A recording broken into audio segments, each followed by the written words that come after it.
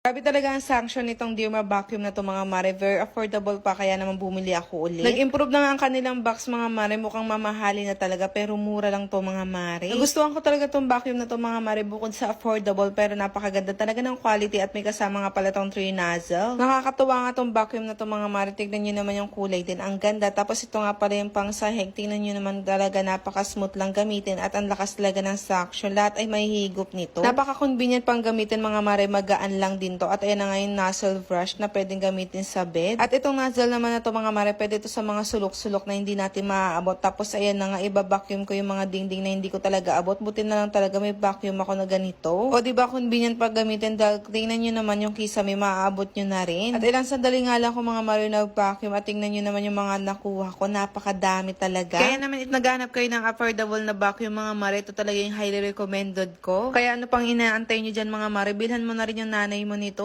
Cherries, click the yellow basket kung bet mo rin ito.